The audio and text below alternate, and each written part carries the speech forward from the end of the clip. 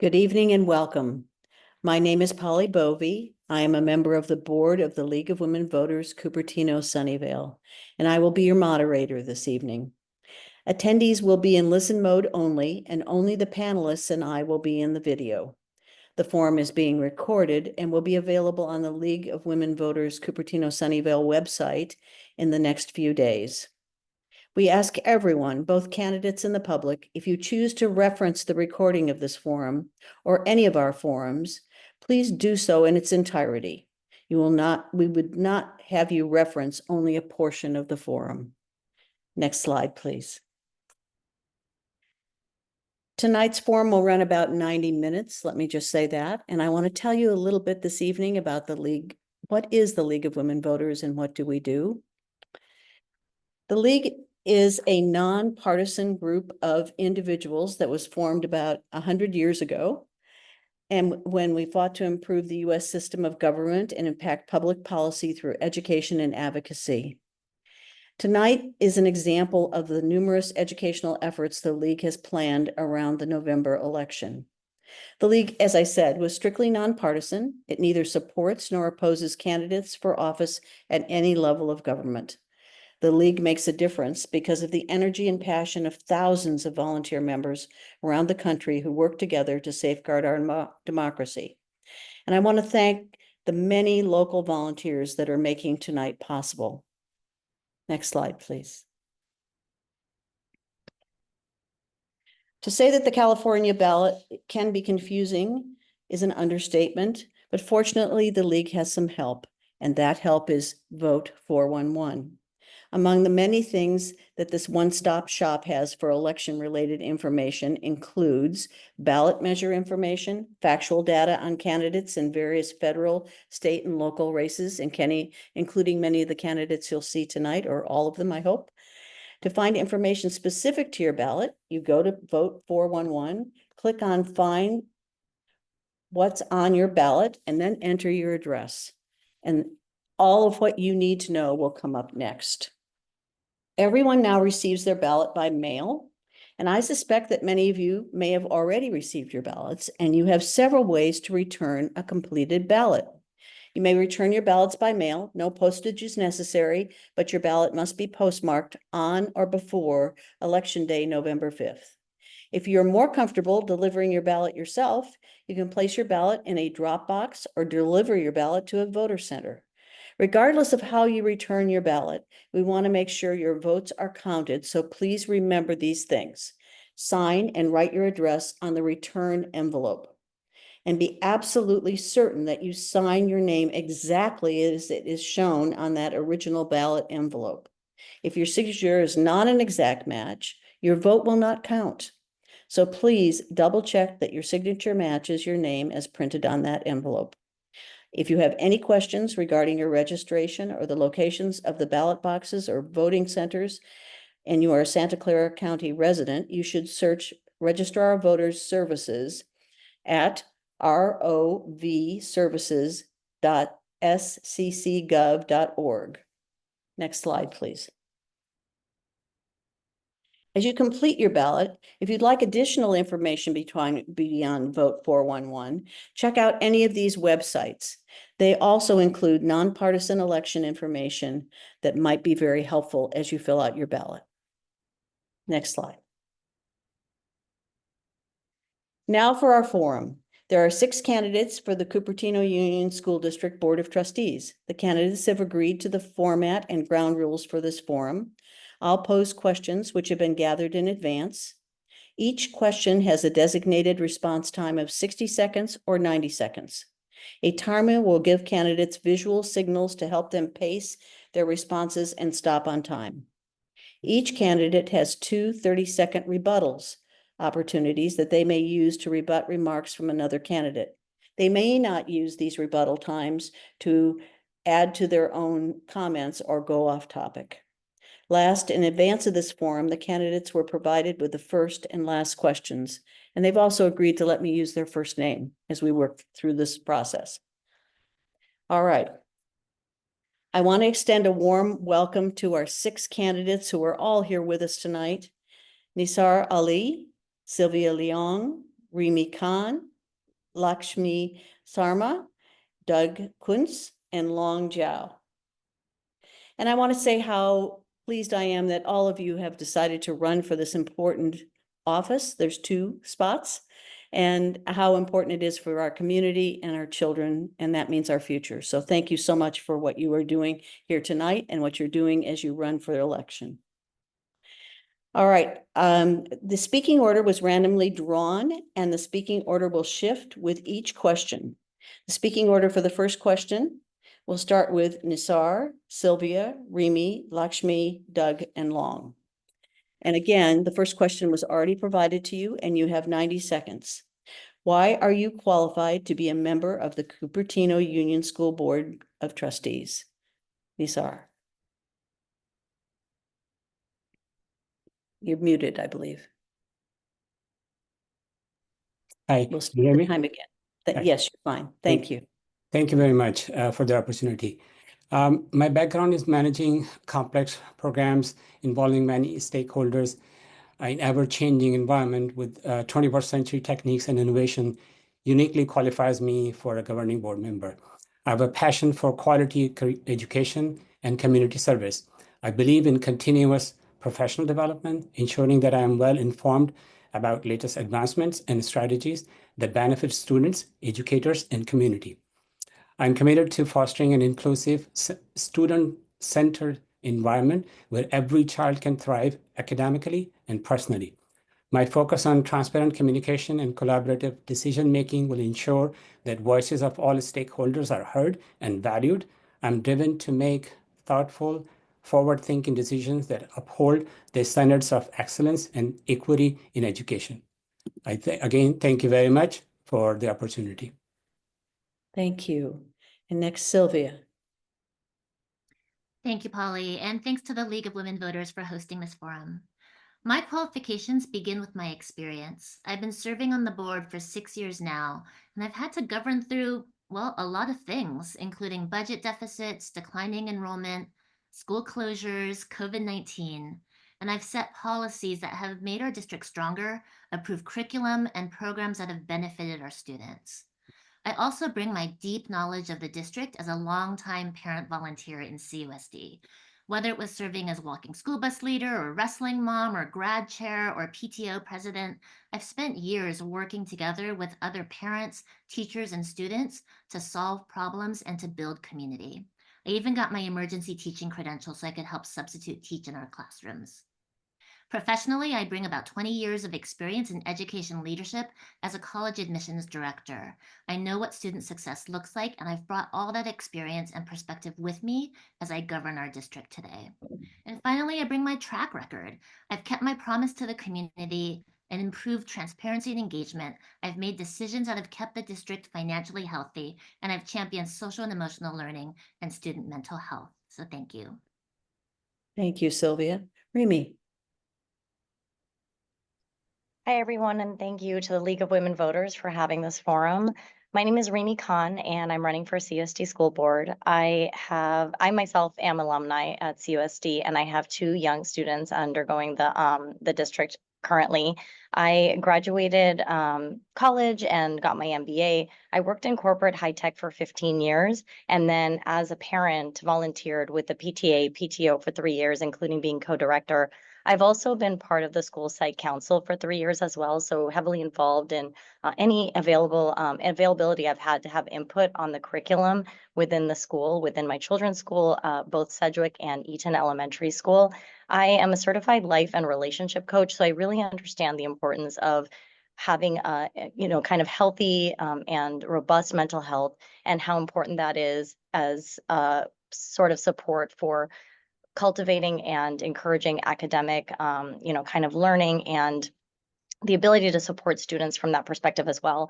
I believe in providing opportunities to help students strive by providing equity, and opportunity to students so that they have what they need in order to strive academically and do very well. And that includes kind of, adding holistic types of things within the curriculum at CUSD, and being able to support the families as well as the students and the teachers in order to provide that kind of optimal opportunity to those students. Thank you so much. Thank you, Rimi. Lakshmi. Hi, everyone, and thank you so much for this opportunity. I'm a CUSD resident for 21 years, and I've volunteered throughout the classrooms. I send my kids through elementary, middle, and high school here. I was a volunteer for 10 years for Project Cornerstone, teaching and learning how to be a trusted adult in students' lives. I was a destination imagination team manager, teaching creative and problem-solving skills to our students. And when needed, I worked alongside community to raise millions of dollars to save hundreds of teachers' jobs when needed. So across all of them, have experience working with teachers, staff, community towards students' betterment. At work, I have experience in building inclusive large-scale teams, and I use technology for the betterment of internet. I have managed budgets, and I allocate that with strict prioritization. I build boards, I'm part of the boards, I don't know how the board works. I'm a great listener, I use feedback and data to make strong and informed decisions. I'm not afraid to make decisions. And I will always keep our students' growth and holistic growth in mind. I promise that I will use my experience of prioritized decision-making and fund allocation through transparent and inclusive community decision-making into the betterment of our students. Thank you so much. Thank you, Lakshmi.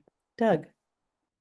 Good evening, everyone. My name is Doug Kunz. I'm a passionate volunteer, and for years I've devoted countless hours to serving the community through PTA, scouting, and my city's Environmental Sustainability Commission. These activities all involve working to make a better world for kids. For the last 4 years, I served as an officer on the Council of PTAs, supporting and building connections among PTAs across the district. My educational journey began in a similar public school district in Southern California, where about 40% of the students were Asian American. Many of my friends had to translate for their parents or struggled with bridging the gap between the dreams their parents had for them, dreams that often grew from incredible sacrifices their parents had made for them, and the aspirations my friends had for their own lives. There is much that I will never experience firsthand, but the nearly 3/4 of our district students who are Asian American will find me to be a receptive and thoughtful advocate. Setting the direction for a school district requires more than just experience volunteering at the individual school level. Through my service on district level committees, I've worked at building the collaboration required to enact change. One must maintain a cool demeanor and build support with other leaders to progress from identifying problems to formulating solutions. I've prepared to grapple with complex issues on my first day in office, and that's not just my own opinion. I've been endorsed by multiple current and former CUSD board members, the entire boards of the Sunnyvale and Fremont Union High School districts, a majority of the Cupertino and Sunnyvale City Councils, the local California School Employees Association chapter, and more. Thank you, and I hope to earn your support. Thank you, Doug. Long. Good evening. My name is Jiao. As a parent of 2 CUSD students, my son, he's just graduated from high school and right now is in college. And my daughter is a first grader. I'm deeply committed to our district's future. Over the years, I have actively volunteered in our districts and schools. For more than 13 years, I have been involved in a children's program at a local church, including 5 years as a principal.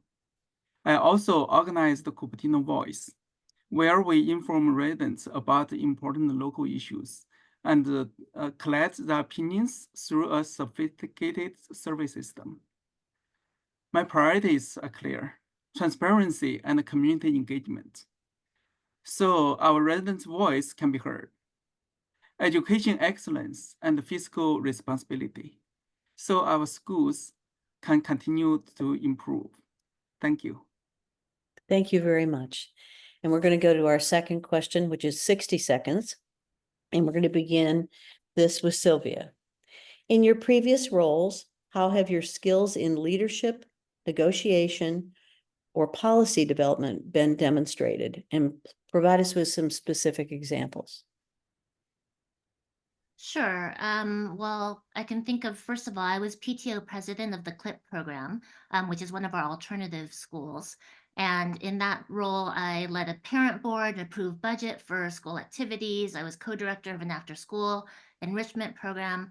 And from a policy point of view, I would say it's about making sure that parents have a voice and ensuring that our alternative schools, which there are 4 of them in CUSD, have the resources that they need to carry out each of their different educational philosophies. Another role is college admissions director, and I've evaluated thousands of college applications and essays. I know what colleges are looking for, and I bring that into the board by making sure we don't just focus on academics, but focus on education for the whole child. And currently, I'm on the CSBA, which is California School Boards Association, and in that role, it's basically a training for school board members, and in that role, I immediately see how different legislation will impact our district. Thank you so much, Sylvia. I want to be sure we have Nisar on screen. Nisar, can you turn your screen on for us? We don't want to miss you. Thank you so much. Rimi, could you answer the question, please?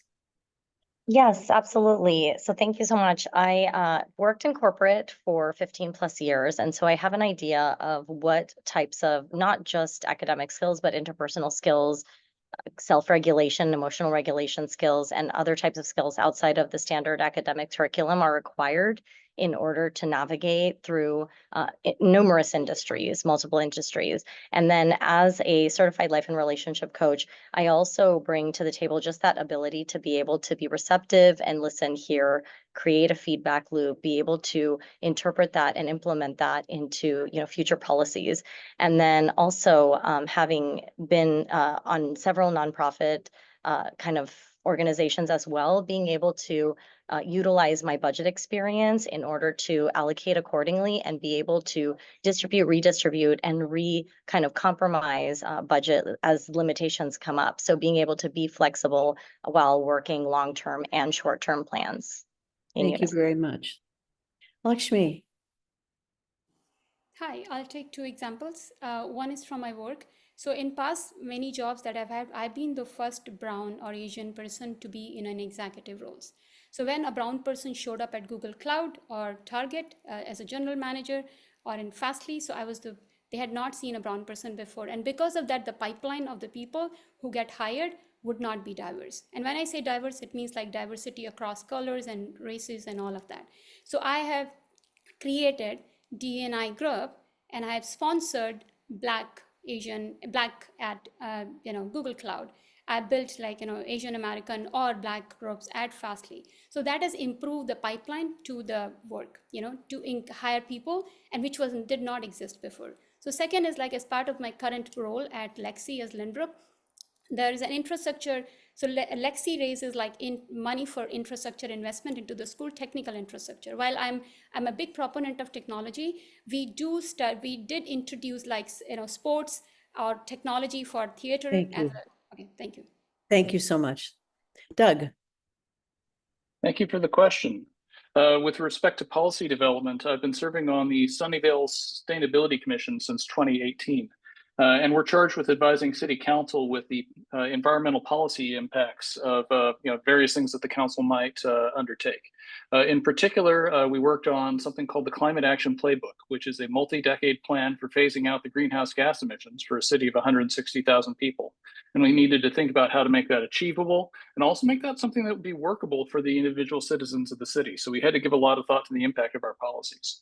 In terms of negotiation and leadership, I also highlight that I chaired the Community Trustee Area Districting Committee for the Fremont Union High School District, which drew the boundaries for the trustee area elections that the district is transitioning to.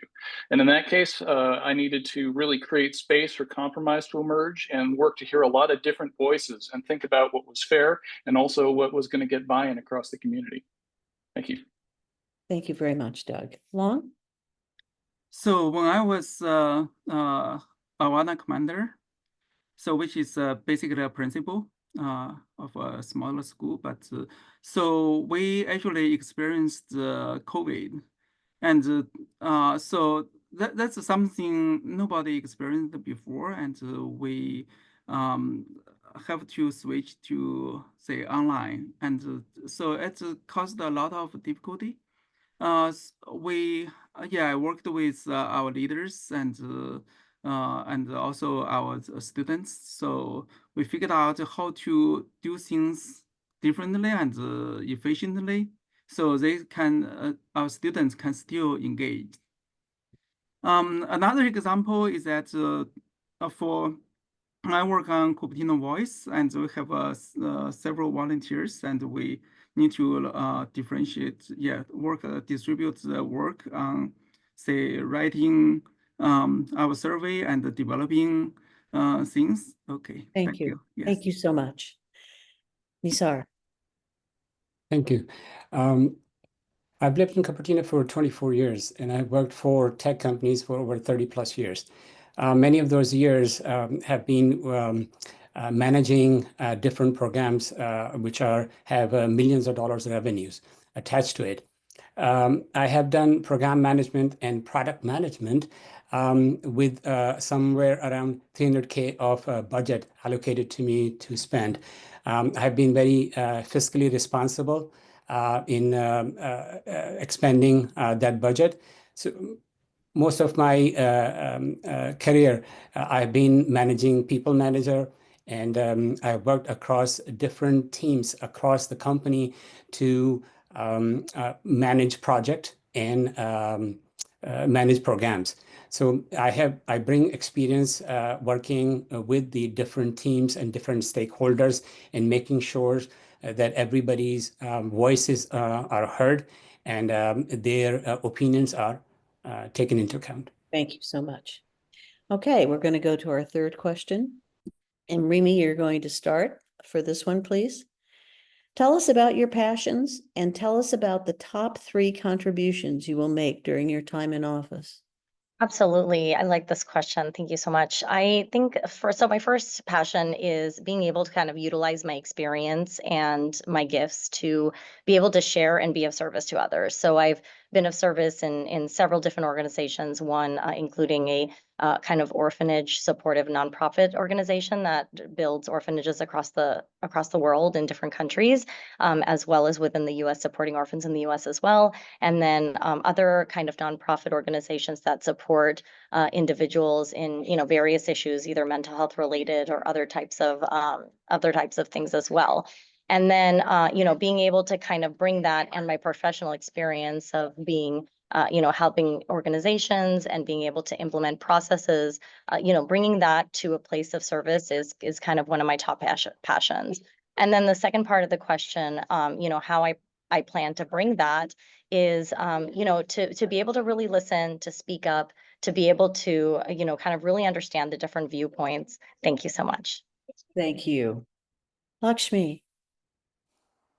Hi, my passion lies in helping people find the potential and the opportunities they didn't know that existed. So the way I will do that in office would be, first of all, for students, like making sure that and I'm a big proponent of using technology as well, using technology towards helping students find the best potential of themselves. So that's number one. And also like making sure that everyone knows where those resources are, which is equitable access of resources for community, teachers, and students across all schools. Today, we have different distribution of resources across different schools. I would love to kind of make equitable access to all those resources. And doing all of that together towards growth of the district. I'm a big proponent of growth. So that's how I'm going to do that. Thank you so much. Doug. So my 3 passions are fostering a lifelong love of learning, also making sure that we increase equity in the district, and finally, increasing the district's environmental sustainability. So in terms of how I would look to do that, first off, in the fostering the love of learning, the district is undergoing an exercise called the Portrait of the Learner, where they define like the learning goals. What should graduates of the district look like? And working to partner with teachers to make sure that we roll that out successfully across the entire district. In terms of equity, I think that making sure that currently we have differences in terms of sometimes librarian hours or instructional technology support hours are funded by local PTAs or PTOs, and working to make sure that the district is funding that so we have equitable resources across the district. Finally, I'd like to put together a plan to work on phasing out the district's greenhouse gas emissions. Basically, as furnaces or water heaters burn out, replacing them with electric alternatives, and same thing with school buses. I think that we can lead by example and have a positive impact. Thank you so much, Doug. Leong. So my passion would be to increase our community engagement. So we always have this problem. So our elected officials, and once they get elected, and they basically are hard to find, and so people do not know what's going on, and until there's something big happened, like a closure or the trustee area stuff, and so I want to have people get involved, say on our important issues regularly. And that's what I'm going to do. And I'm trying to push the district to do that. And if, yeah, and my personally, I will also have a promise to do that myself. Thank you. Thank you. Nisar. Thank you very much. My passion is no child left behind. Every child must have resources to succeed, an opportunity to succeed. If I am lucky enough to be elected, I will have 3 areas of focus that I will focus. Quality education, number 1, making sure our students receive high quality education that focuses on fostering critical thinking, creativity, practical skills, and social development. Provide continuous professional development for educators to adopt innovative teaching skills to thrive in upcoming economies. Number 2, quality educators, ensuring that we hire and retain quality educators who possess the skills, knowledge, personal attributes necessary to effectively foster student learning and development. Establish a support environment and prioritize teaching well-being, encouraging long-term commitment and high performance. Number 3, DEI, diversity, equity, inclusion, creating an educational culture where all, regardless of background, feel valued, respected, and empowered. Thank you. Appreciate your input there. Sylvia. Sure. So for me, my passion has always been holistic education. It's something that I've been a champion for ever since I joined the board. Really, what that means is understanding that academics alone is not what makes students successful. As far as the 3 accomplishments go, I'll go ahead and just talk about what I've already done. And I'll point you to our district's tagline, which is each child, every child, whole child. And for me, it encapsulates everything that I'm most passionate about. And I had a big part in creating that tagline when we were coming up with our strategic priorities. So what does that mean? Each child means that every child is an individual learner. There is no one size fits all for education.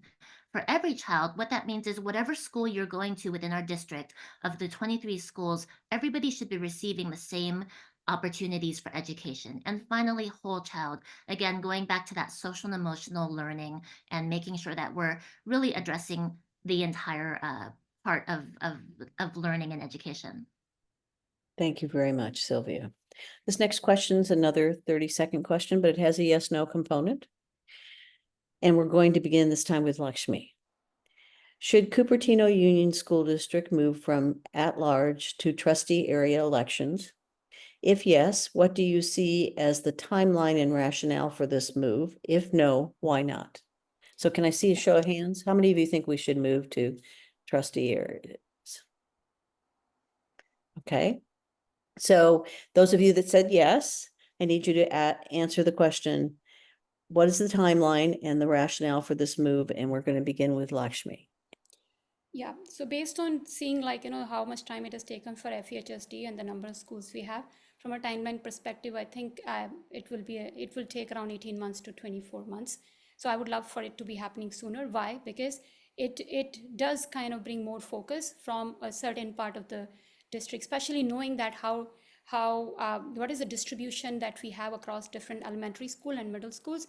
It would really benefit for us to use a focused set of resources, both from parent community engagement as well as the financial resources that from a budget perspective we can allocate. And right from the, as part of my running for this election, I know that how hard it is to be able to focus across all of them, like, and being connected to the community. So yes, better engagement, and better fund allocation. And I see that happening. Like, I would love for that to happen soon, but knowing from FHSD experience, it may take an 18 months to 24 months. Thank you very much. Doug?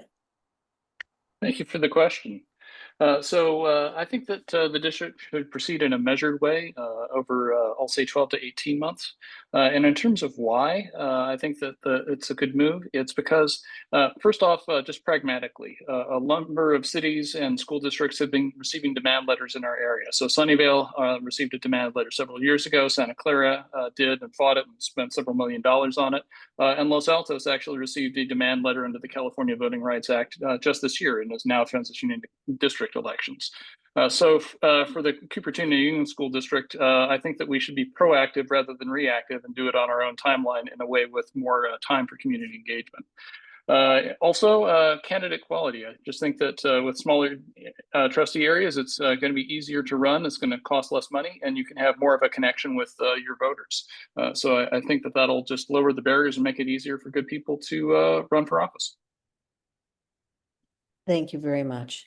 And Long, you're next, but you said no. So could you tell us, if no, why not?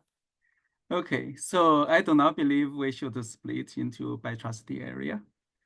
Firstly, I think that's a legal reason for the CVRA case. So we do not have this CVRA case, and which is that I don't think we have a minority group that is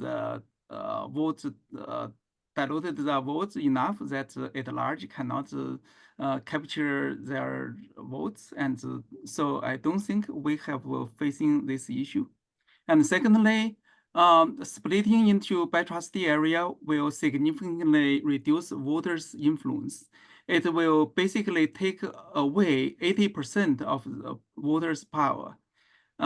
So in 4 years, you used to elect 5 board members, and now you can only vote 1. And lastly, it will divide our community. Thank you. Thank you so much. I appreciate that. Nisar? I fully support this transition. I think the board should take the decision based on what is feasible and how soon they can do it. I am a big proponent of equity. So it will create more opportunities for underrepresented communities to be able to have their voices heard. As you please visit my website, nisarali.com, for more details. I think DEI, if I am elected, DEI will be my focus to make sure that we have all the communities represented in education and everybody has the voice to contribute. Thank you so much. Sylvia? Yeah, so I agree with it because I really like the intention behind it. Ideally, there should be representation on all of our boards from across the entire district that we serve. Right now we are in compliance with CVRA, with the California Voting Rights Act. The votes of our minority groups are not being diluted, but there's no guarantee that it's going to stay that way. Board members eventually step down and change, and others step up. And with a district as large as our district, because we're in 6 different cities, it would be better to have a system in place where that ensures that the board actually represents the community. As a governing board, it's good for us to have different perspectives and not just have the same experience. If all of us only experience 1 or 2 elementary schools, then we're limited in what we can actually bring from our perspective to our governance. So I agree with making that change happen eventually. Thank you so much. Rimi? Yes, thank you. So the good news is Fremont Union High School District recently made this change, and I think kind of having a feedback loop on how that's been impacting both positive and negative, and having just that real available data is going to be important in kind of determining when we want to implement a trustee area type of model. And then Also, I think similarly to what the other candidates had mentioned, number one, the cost of running would be less. And then number two, having that representation available, I think would be, really important for people to make decision to run and hopefully would have a more diverse candidate pool. And I think that would be important. Thank you. Thank you all. So the next question is also a 30-second question. And the first person to answer is going to be Doug. CUSD is committed to avoiding school closures for the future. However, should any additional school closures become a serious possibility, what factors do you believe should be considered when deciding if any school should be closed? Thank you for the question. So I think that in any conversation like that, it's important to make sure that we're putting students first and thinking about what will ensure the highest educational quality for our students. So the kinds of factors that I would be looking at would be, for example, where is attendance lowest and where is it projected to decrease further? How can we make sure that we can have multiple kindergartens at each school site so that kids aren't always just traveling from kindergarten to 5th grade with the same 30 students, but have a chance to mix it around and form different relationships. Also things like what is the proximity of other campuses and what are the state of the facilities at each. So I think what we need to do is make sure that we can provide the best student experience possible and help the students and community transition through that should that need arise. Thank you so much, Doug. Long. Yeah, someone recently asked me this question, so I just posted an article on my website. The short answer is that I don't believe we do not need to close any of the schools, and I do not think our previous decision 3 years ago was was fully justified. And so the point is that even though we see some recent drop in enrollment, our school size are still much larger than our neighboring school districts. And I also ran a survey about the school closure retrospective, and that's several points. And the first thing is that we have our funding model changed. And so our funding is not related to our number of enrollment anymore. So we need to reconsider those criteria. And the second is that we need to value our schools. Thank you, Long. Nisar. Please repeat the question. I'm happy to repeat the question. CUSD is committed to avoiding school closures for the future. However, should any additional school closures become a serious possibility, what factors do you believe should be considered when deciding if any school should be closed? Thank you very much. I believe school closing is a serious matter. It has both cons and pros and cons. Cons, I will talk about that. If it ever becomes necessary to close schools, what are the underlying factors that are causing that? Is it budget shortfall or is it declining enrollment? Because it disrupts the families, it just disrupts the communities. Staff may be reduced. Large facilities are catering for fewer students, that is the per pupil cost may go up. But the pros are the factors that I think we should focus on is how many classes we have per grade level. Are we going to reduce or increase per class sizes? How are we going to use the resources that are now available to offer different programs, either in elementary schools or in the middle schools? I have to stop you. Thank you so much. Sylvia. Yeah, so for me, I think if we have to get to that point again, and I will first of all say that we've made a commitment, the district has, and as a board, we've made a commitment that we will always have 2 classes of kindergarten students at each of our elementary schools so that we do have that stability. But in the hypothetical, I would look at it through a lens of equity, really just making sure that all of our students are having the equal opportunities for education, for enrichment and resources. And the reality is when you have a district with imbalanced enrollment where some schools have a lot more students and some schools have a lot less, there's also an imbalance of resources and an imbalance of educational opportunities. So there's 3 factors. There's enrollment, there's finances, and there's educational experiences. And so really those are the 3 things I would be looking at. And then with the process, it has to be a transparent process. There needs to be input from community and there needs to be real data as we're looking at projections and demographics and again, how all of these decisions will impact the budget. So thank you. Thank you, Rimi. Just similar to what I mentioned earlier in some of the questions, just, data driven, making sure that the return on investment makes sense one way or the other. I mean, of course, reducing resources is never fun and it's not good for the parents or the students either. They maybe feel disrupted or they feel uprooted. And so, really kind of ensuring that that data is available and being analyzed. And in addition, just ensuring that, understanding the return on investment on closure versus non-closure, I think would be really important in making that decision. Thank you. Thank you, Rimi. Lakshmi. Yeah, I'll also start by saying that, the commitment should stick to, not closing. And I would hope that we would have taken all the measures that are needed for not closing the schools. So, but if in remotest possible case, the steps I will take is that we have certain examples where enrollments have not declined. Let's say Murdoch-Port or Christa McAuliffe. So there are situations where things have not gone down. So take our CLIP is an example. So how do we take those examples of special immersion school or a STEM immersion school or an art immersion school and try that out, keeping the school and seeing if we can increase enrollment and maybe bring private schools sending parents back to our public schools. So that's something which I would try.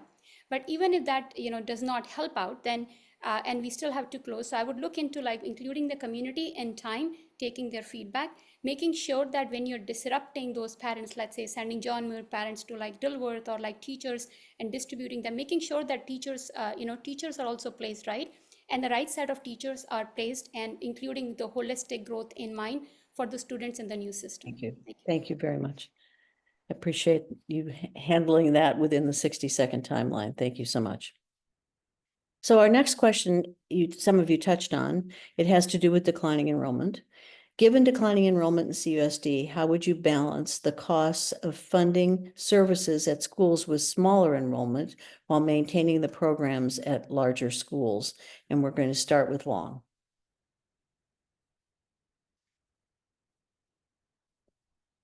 We can't, I apologize, Long, you're muted still. Okay, sorry. Okay, so I was in the enrollment community before, and can you hear me? Okay. So yeah, so one thing we did was that to make our boundary soft, and so we can shift from those larger school area to a smaller school enrollment area, and so make people give students more freedom to go to the neighboring schools. And another thing is that we need to fix our supply and demand problem. We have a big problem right now. So our alternative schools have a long waiting list, which is that we have a big demand, but we didn't have enough supply to address those demand right now. So I will work on to meet this demand. Thank you. Nisar. Please repeat the question again. Sorry. Of course. Given declining enrollment in CUSD, how would you balance the costs of funding services at schools with small enrollment while maintaining the programs at larger schools?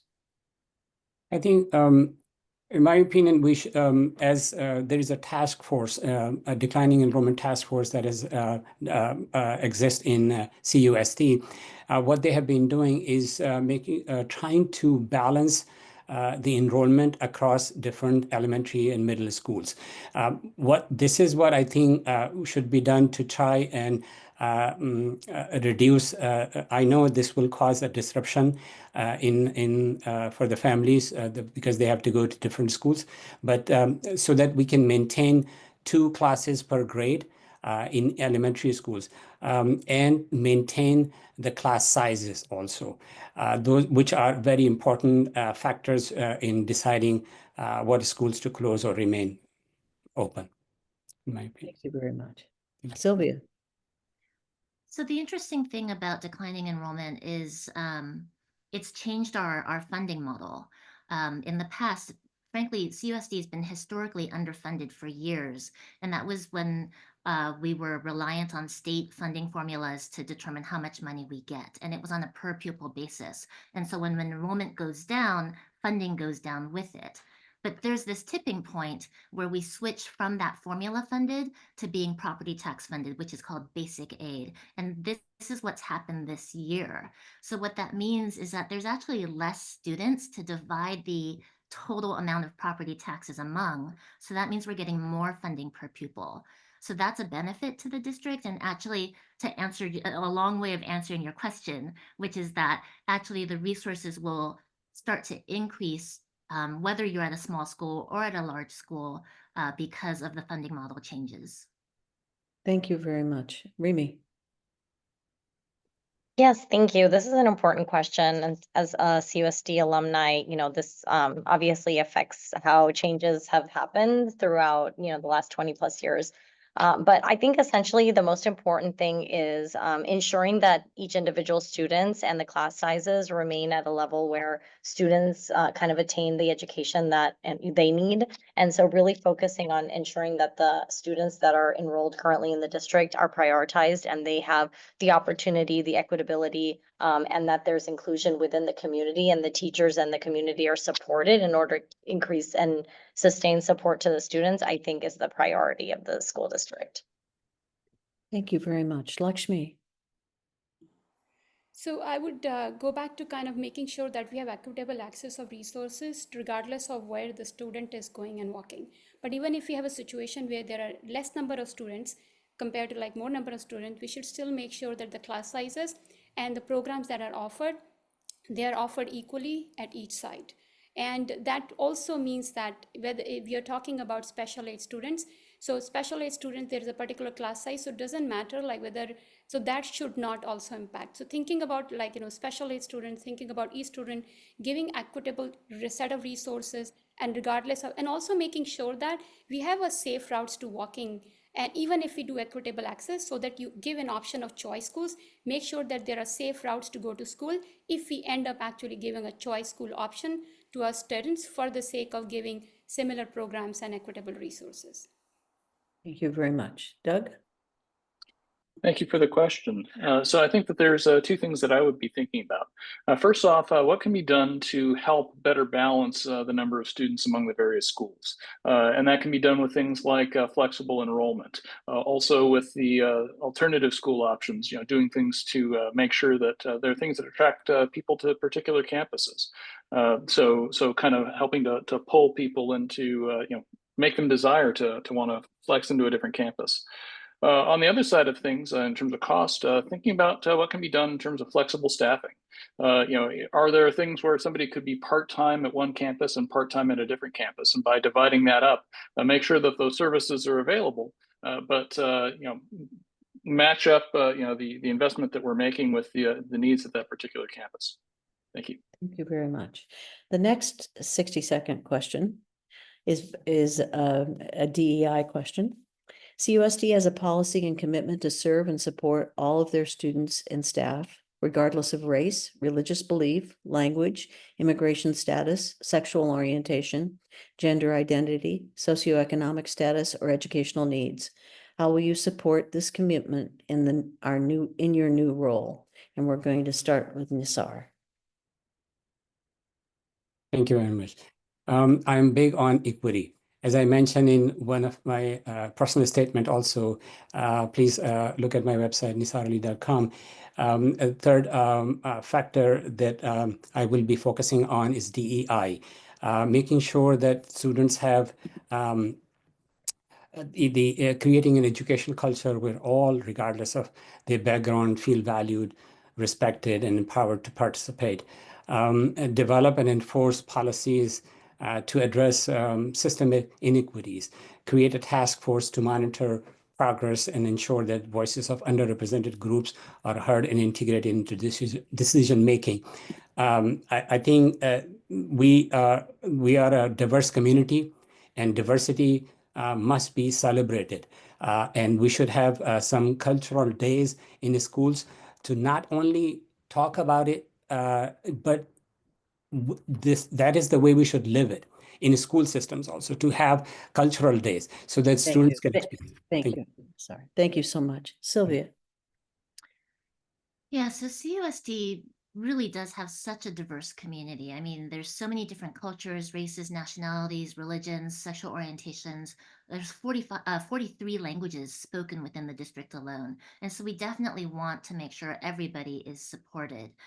We have certain policies in place, and so these are things that I would continue to support. There's like a positive school climate policy, non-discrimination policy, harassment policies, and student wellness policies. And so all of these protocols are in place in order to serve and protect our students and our staff. But the other thing is we actually added a new priority last year, which is called creating a sense of belonging. And what's important about that, because it sounds kind of fuzzy, but actually it's important that it's measurable so that we can actually examine how our progress is doing. And so that's something that we started last year and are continuing to roll out this year. The other thing I would think about is what it means to belong. It means that people can see themselves reflected at school, celebrating holidays, reading books with. Thank you. Thanks. Thank you so much. Rimi.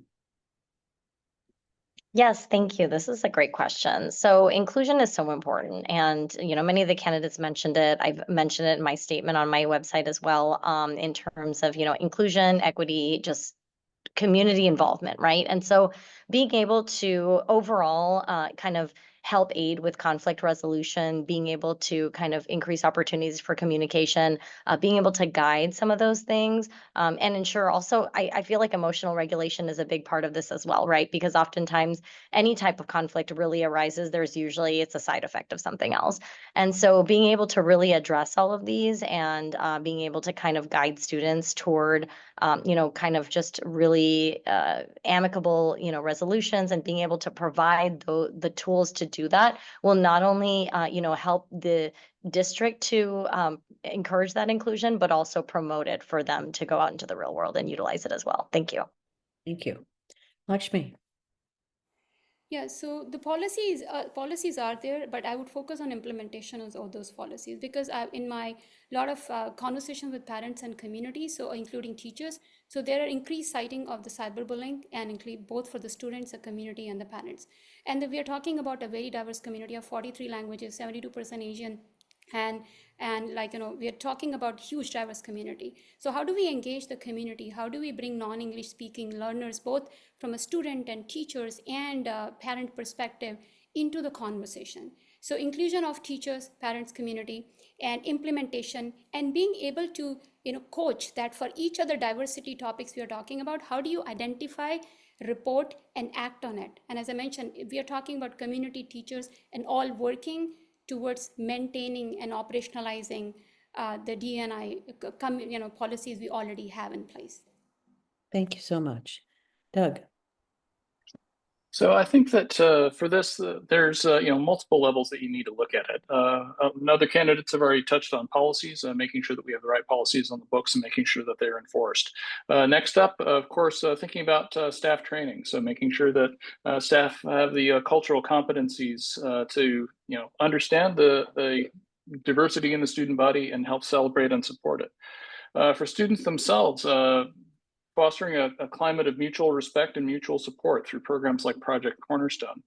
I also think that it's just important to make sure that students learn about each other's life circumstances and celebrate everyone. That includes things like holiday celebrations, perhaps raising the pride flag at the district office, and also thinking about things like food. Are the cafeteria offerings reflecting the different cultures that are present in the district? Also, do our classroom materials and libraries reflect contributions from all cultures? Thank you. Thank you very much, Doug. Long? Yeah, I believe that every child, they should go to schools, feel safe and feel welcome and feel excited to learn every day. So in this way, we need to enforce our zero tolerance policy towards bullying, violence, and discrimination. So yeah, we have some reported incidents about anti-Asian, anti-Hinduism, and Semitism and xenophobia. So our staff, we need to have a good trained, and so they can identify and address those incidents promptly.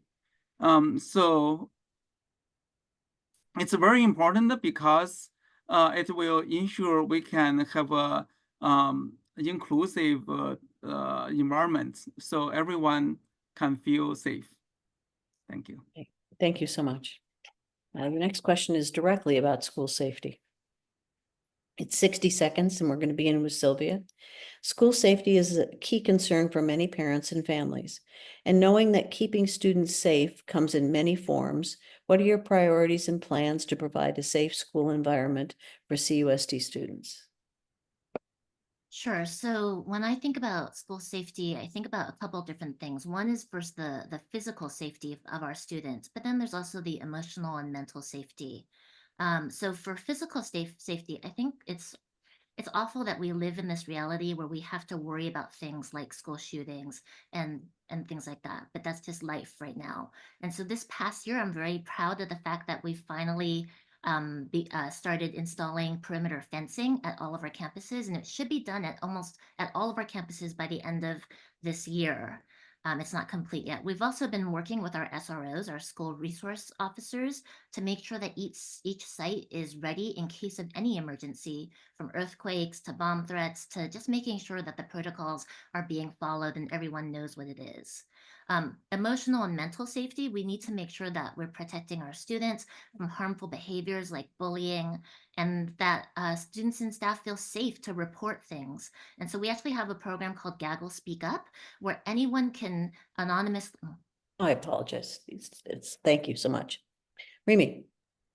Yes, so this is such an important topic, especially having two young CUSD students myself. This is, important to me, and having the safety of all the students is very important. These are children essentially, and ensuring their health, safety in terms of health, their physical safety, et cetera. It's so important.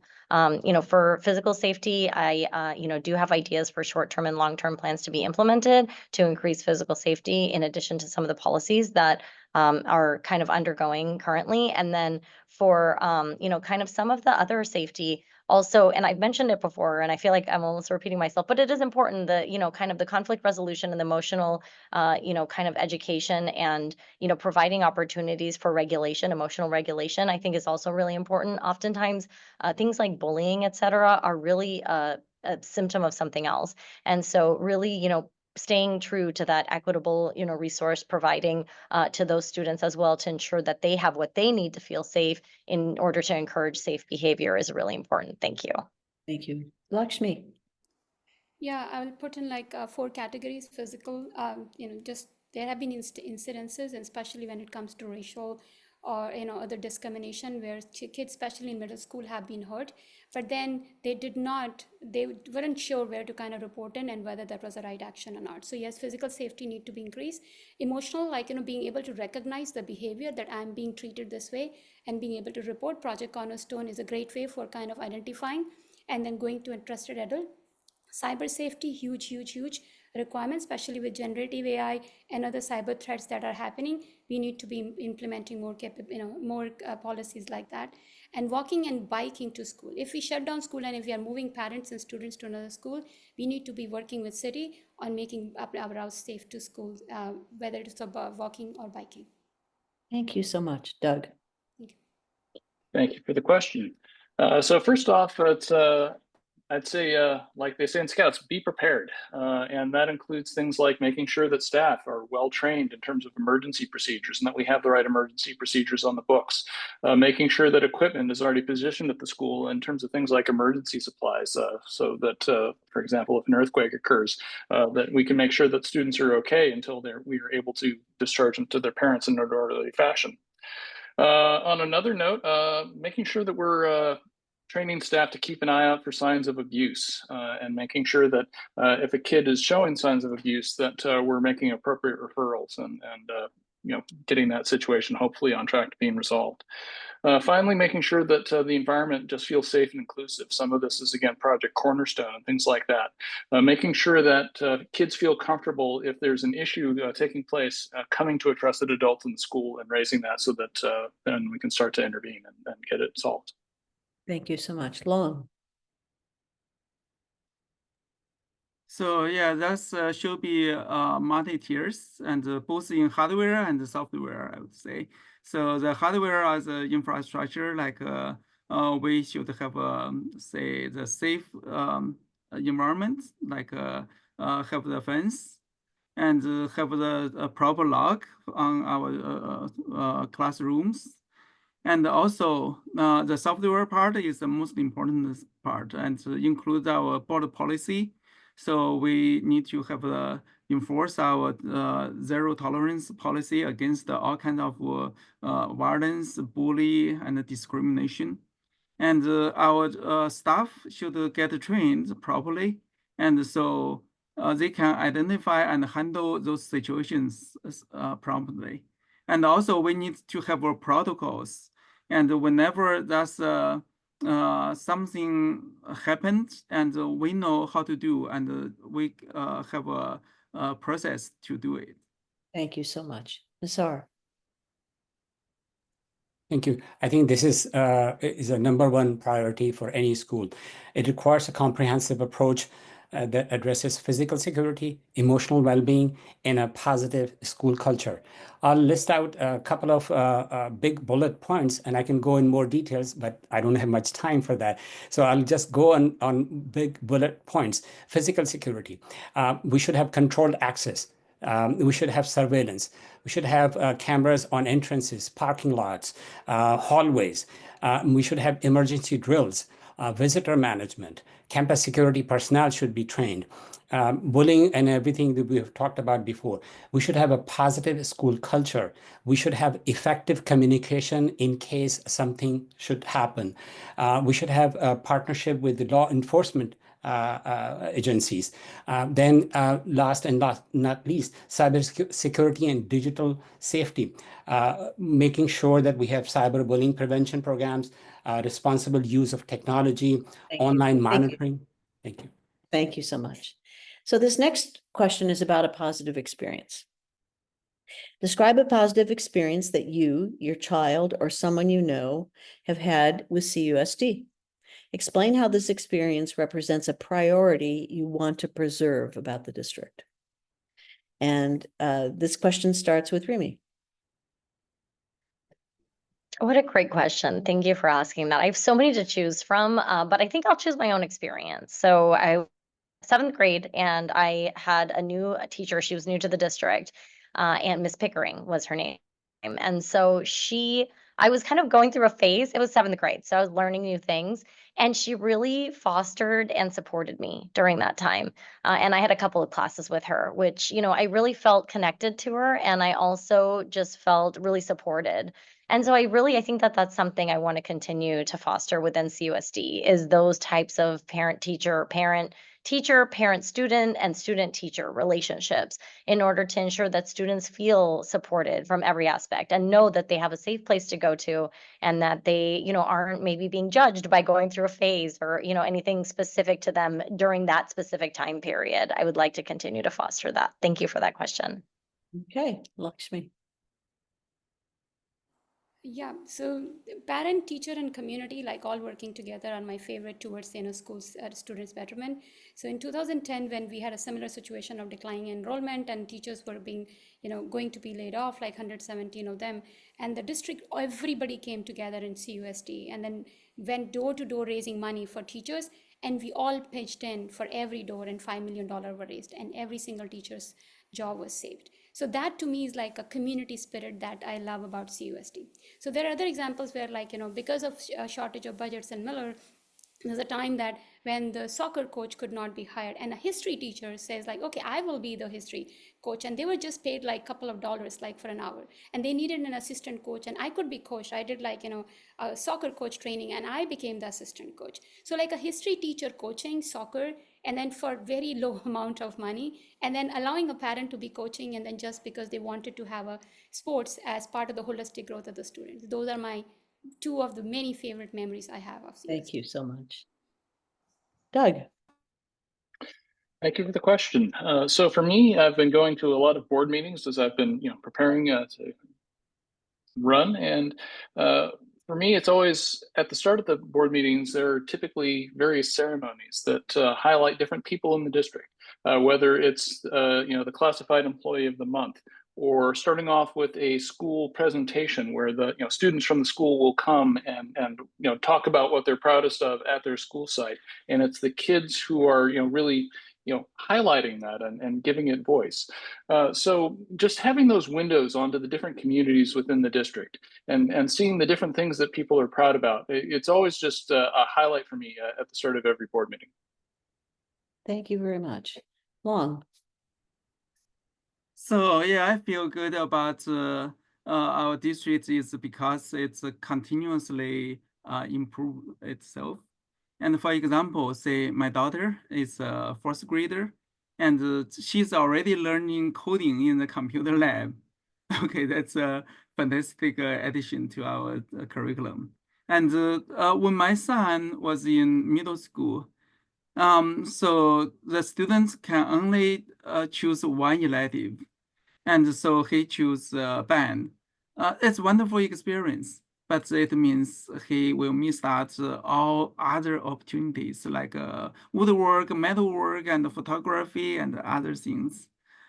So now, middle schools, I heard they can offer 2 electives.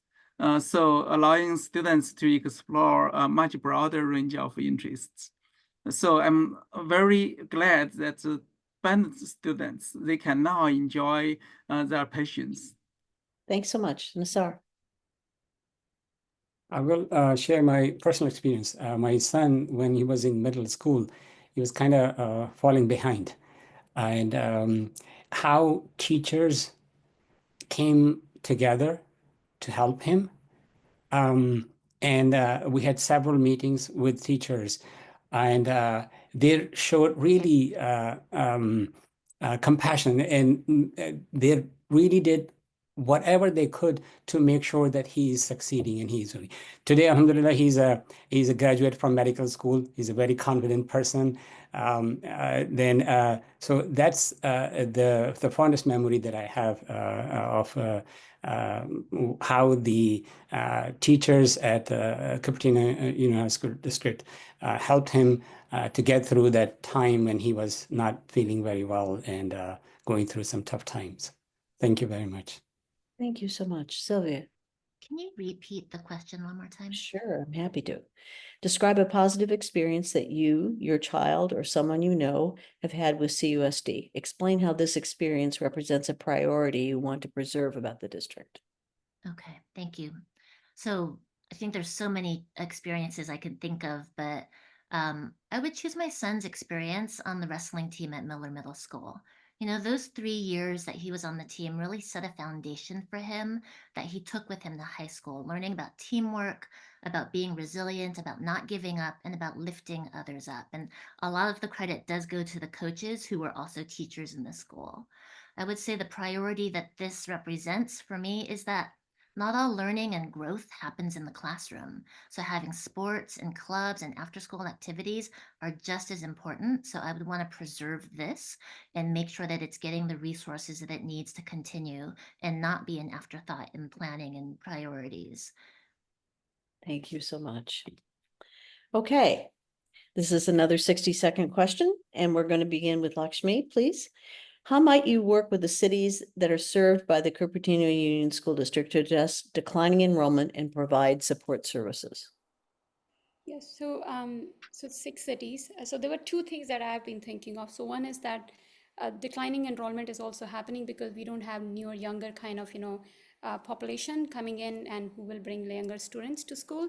So affordable housing and making sure that each of the cities that are part of the district, they do reserve certain set of affordable housing when they are thinking. There have been incidents, for example, in Los Altos, when they built those housing, they were not kind of included for CSD.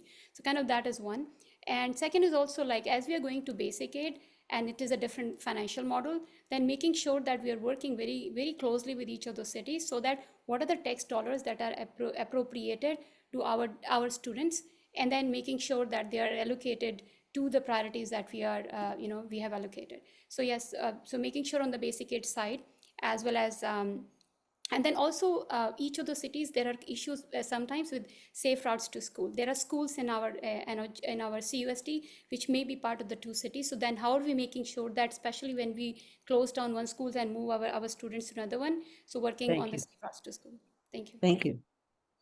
Okay, Doug. So one thing I would definitely highlight is that, local cost of living, particularly driven by the cost of housing, is a big factor in the declining enrollment. So anything that we can do to help encourage cities to produce more housing that lets more people, be able to move into the area would be a help there. And so, and that will also help, with economic development in terms of property taxes to support the district. So I think that partnering with cities there is important. I'll also highlight in terms of safe routes to school, basically kids being able to travel safely to the school campus is largely, dependent on, the physical infrastructure on those city streets. So working with cities to make sure that they have, good walk and bike plans, making sure that things like protected bikeways are becoming implemented, so that basically the students do have a physically safe travel route to get to the campus. Thank you so much. Long. So I think with regarding to city, I concur with what Doug said, and we need to apply on the safety and the road safety and also crossing guard, and provide good environment for our community. Those are all great things, but the most important thing to increase the enrollment is still on our school district. Like we need to provide our higher quality education, and so we can attract more students. And we have a lot of students when switch to private school because there's something they are not satisfied, and we need to study on those and attract them back. Thank you. Thank you. Nisar? Thank you very much. I think there are different ways that we can work with the cities to increase enrollment. There are different factors. Affordable housing is definitely, cost of living in these 6 cities is much higher living in the Bay Area. And I know that some of the affordable housing is being built around in Cupertino and somewhere on 280 also that I worked with. But I think another thing that we can do is, of course, the quality of education is more important for when I was moving to this area, for me, I was looking at the grading of the school systems to see which areas are better school systems where I can move. That is definitely important. But maybe we can work with the cities to incentivize more families to move to these areas. Somehow, either some benefits with respect to taxes or some different benefits that we can give to more families to move to the area. Thank you. Thanks so much. Okay, I've got to make sure I've got it here. Sylvia? So I think it's important that we keep communication channels open, especially because we've got 6 cities. We currently have these meetings that are called 2x2s, where different 2 board members and 2 city council members will meet quarterly and discuss issues, and so that the cities know what's going on. The reality is we don't have them at every city, and so I think it's important that we continue to build on that and make sure that we're having these official formal communications with each of our cities. Some other ways in which we can interact with the city and just partner with them is safe routes to school. People already talked about that, but really the cities are paying for our crossing guards, which we're very thankful for. And so I think it's another way that cities can support the school districts. We have these field use agreements with cities as well, where it's mutually beneficial for everybody. And then I think we need to partner with our cities for educational opportunities. I know the Sunnyvale mayor invites the elementary school kids to City Hall. Cupertino has sister city exchange programs which our students participate in. And if we can continue those to expand those things, that'd be good. Thank you so much. Rimi? Would you be willing to repeat the question, Of please? course I would. How might you work with the cities that are served by Cupertino Union School District to address declining enrollment and provide support services? Sure, absolutely. So partnerships are really important. Partnerships with the city, partnerships with developers to ensure that we're doing what we can to implement low-income housing, especially for the teachers and for potential families who would be enrolling within CUSD, I think would be a really important priority in order to maintain those partnerships, but also to kind of keep that communication open between both the city and the district to ensure that any of the priorities are being addressed in both directions so that the district also has a good understanding of some of maybe the limitations or things that might be upcoming. And in order to, kind of implement any policies, anything that would preemptively, remain proactive instead of kind of reacting to maybe changes that might be happening down the road. So the budget is a big example, just making sure that there's transparent communication to ensure that anything can be implemented. Thank you. Thank you. So this is a 60-second question. As a new representative of the CUSD, what specific strategies will you use to reach out to the local community to build trust and ensure that their voices, concerns, and needs are heard and understood by you? We're going to start with Doug. Sorry, could you repeat the question, please? I'd be happy to.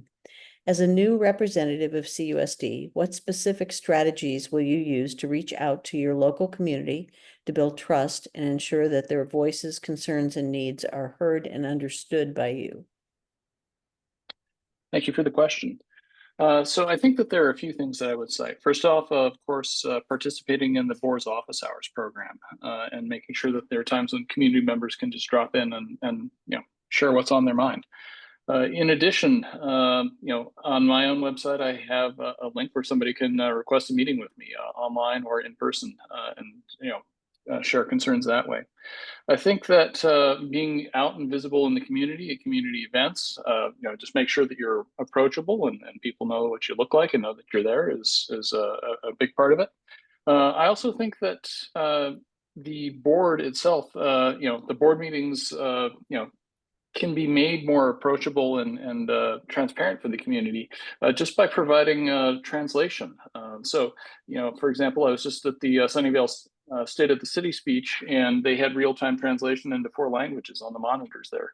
I think that the more that we have to make it so that people can understand our public processes, the better it is. Thank you very much. Long.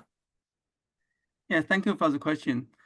So besides those other traditional methods like office hour and event outreach and coffee time, whatever. So I'm going to have those regular communications, regular surveys with our residents. So basically, I will, for the important issue, I will inform them what's going on, and by reading those surveys, and they know what's going on in our school district, and by filling out their opinion, so they can actually participate, engage on the decision-making process. So in this way, we can make our district transparent and also have a community engagement. Thank you so much. Nisar. Thank you very much. Lakshmi, I'm a community servant, supporting efforts from food bank to encouraging voter registration. I'm known to the community. I've always with the community in different issues, and I've been to a number of city council meetings in the recent months. I also ran for in the March 2024 primary election and secured nearly 5,000 votes. I organized and led an effort to bring all Bay Area candidates from different communities to a forum and speak with community back in 2024. So I'm already very deeply involved with the community. I'm representing a community which is underrepresented in many different city councils or any boards. So I have a good representation and good connections with many community members here in the Bay Area. Thank you. I will use those connections. Thank you. Sylvia. So actually, I was the person on the board that brought back board office hours, which hadn't been done in many years. And so now we have this consistent formalized time where community members know that they can come and speak with board members at these times, and they are heard, and it's a safe space for them to talk. The other thing that I think is really important is presence.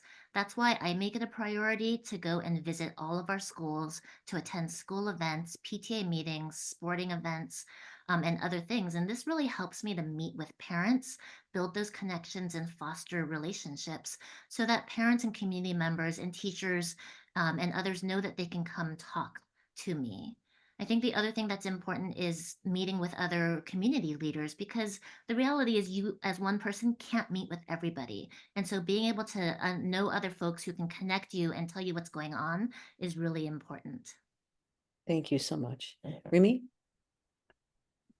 Yes. So thank you so much for this question. This is actually one of the reasons why I felt motivated to run, is because, being part of the PTO and being co-director of the PTO, I've really fallen in love with being part of the community and, kind of acting as someone who is a listening ear and available for people to provide their feedback to. And when I, first kind of decided to run, that was one of the first things that I did, was kind of approach the community and the community leaders to see, what some of their input and their feedback is at Eisenhower, at Sedgwick, at Eaton Elementary School, et cetera.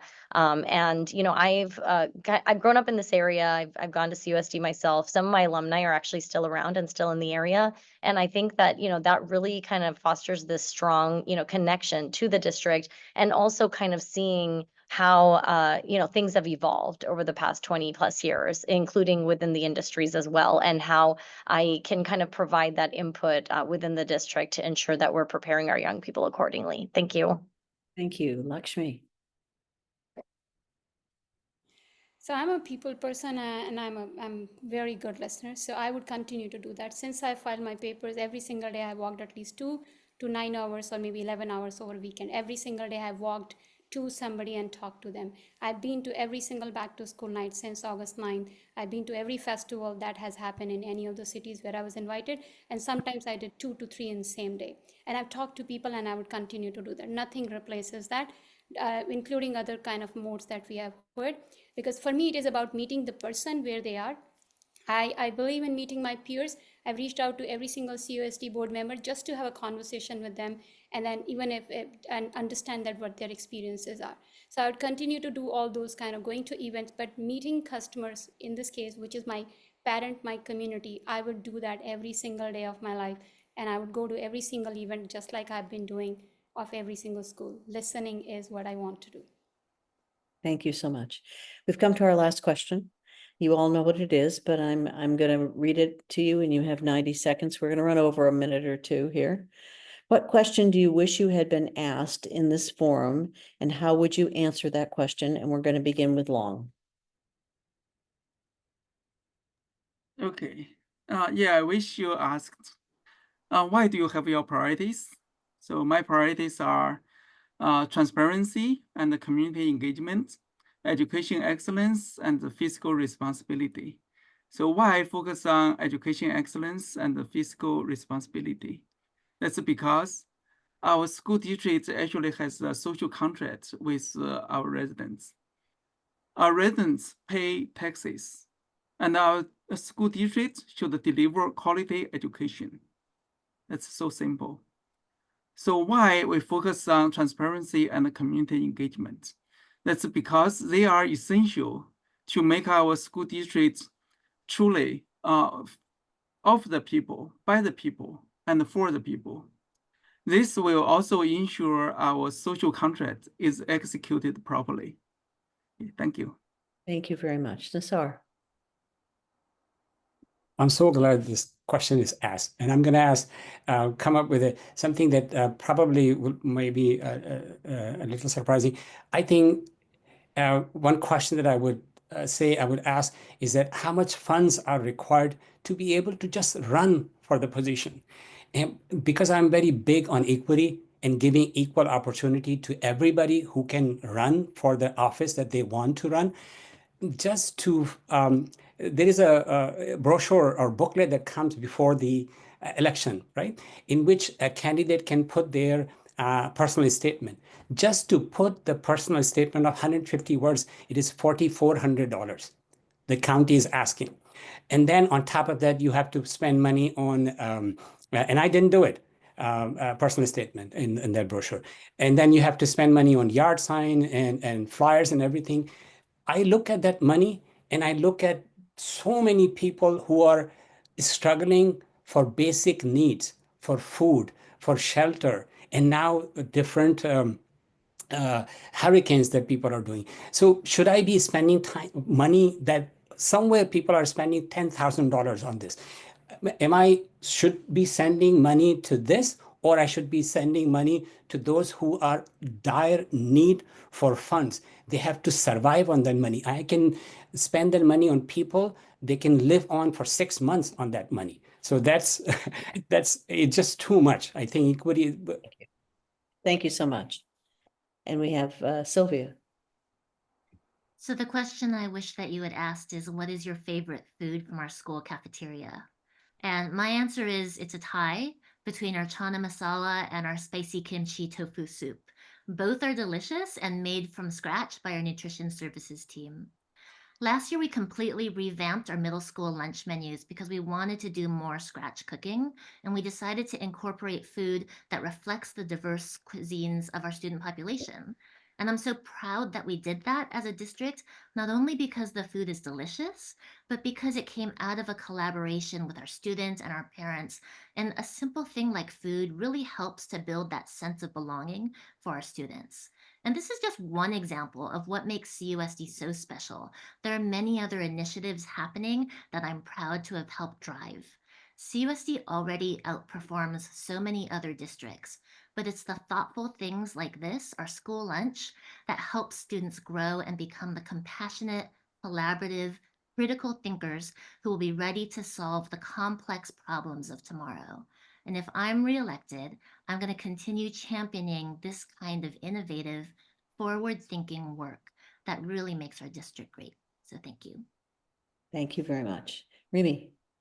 Yes, thank you for this question. It's really insightful. I would say it's kind of a complex thing to ask, but really, what are some of the maybe adversities that I've overcome that made me want to run for CUSD board would be the question. And the answer to that is I, kind of represent a non-traditional family unit. And in doing so, I've, kind of seen things, undergone things, and overcome things that, a lot of our population is probably going through. There's been an increase in a neurodivergent, diagnoses in our population, either because of research, knowledge, what we know, or, just exposure to whatever, right, in the environment. And then in addition, there are things within our community that are also happening that impact the children and the students, and being able to understand that, have compassion for that, and, come from a safe, non-judgmental place is a strength that I really bring. So, if I'm elected for CUSD school board, that's some of the compassion and the strength that I can bring to the board, is that type of, kind of point of view. and that perspective, and really understanding that students, and community members, in addition to the students, in order to support the students, kind of require that type of support in order to cultivate and encourage a really, safe environment for academic learning, for holistic learning, for emotional, encouragement and intelligence, for positive intelligence, and, to foster a population of young students who'll graduate and go beyond. Thank you. Thank you so much. Lakshmi. Yeah, the question to be asked was that, Lakshmi, why did you leave your Chief Product and Strategy Officer job at a C-level in a public company and come taking this role in public school? Because it matters so much. I'm a daughter of a dad like who was a janitor and a mom who was uneducated. None of them speak English, and it took them a lot of effort and government support and government education is the reason that I could study what I did. And education is where I am here, and I believe in public school education. I believe in equitable access to resources. I want to be that person every single day for every family who comes to this district, and then they get the similar access to resources that my kids had in Murdoch Portal. Every day, from kindergarten, they had access to science and theater and music. In third grade, they had access to band. So I would want that holistic experience that my kids get in addition to academic excellence, that I would wish every single parent who come from in any country that they come, but I don't want them to go through the anxiety that I as a initial parent went through, or my parents who were non-English speaking. I would want every parent to be feeling safe in this place, and I want to be doing that with transparent communication, creating safe environment for all the community members, and then bringing financial responsibility to our entire district. And if I get elected, I will promise that I will keep our students first, bring safety for all, and I will do that fiscally responsibly. Thank you so much, Lakshmi. Doug. I wish you'd asked which public figure I most admire and why. And for me, that's Mahatma Gandhi. In grad school, I lived and worked for 6 months in Pune, India, and I had a chance to visit the house where British colonial authorities imprisoned him during World War II. I found it profoundly moving. Gandhi had the discipline to follow his principles, even when it came at tremendous personal cost, and he always had the courage to see the humanity in his political opponents. Through these qualities, he led India to independence without violence and inspired Dr. King in our own country and Nelson Mandela in South Africa. His example has crucial lessons for our own political moment. We live in a time where failure to see each other's humanity and treat each other with decency and respect is having tragic results around the world. Building bridges across cultures is essential to making our public institutions work for all. As a school board member, I may agree or disagree with someone, but I will always treat them with respect, try to understand their point of view and see what we have in common and where compromise might be possible. By working together, we can build the future that we want for all of our kids. Thank you. So that concludes our questions for this evening. I really want to thank all our candidates for their time and effort tonight and all the great work they've done in their campaign. And I want to thank all of you in the audience for participating in this forum and for choosing to be part of this process. And before I let everybody go and everybody's faces leave, I want everyone to remember to please vote before or on November 5th. That's so important. So thank you very much. Thank you. Thank you very much. Thank you very much. Thank you. Good night. Good night. Thank So you. this is, if you enjoyed this event, I think you'll love our upcoming review of ballot measures tomorrow night at 7. You can review the recordings of any of the previous events on this slide by going to the League of Women Voters Sunnyvale Cupertino Forum website. And I encourage you to do so. As you're filling out your ballot, it's much more wonderful information for you to gain, and I hope you'll take the time to do that. So the next slide, please. The webinar is now finished. And within a few days, a recording of this forum will be posted on our website. So thank you again for joining us tonight. And thank you again to the candidates and volunteers that made this possible.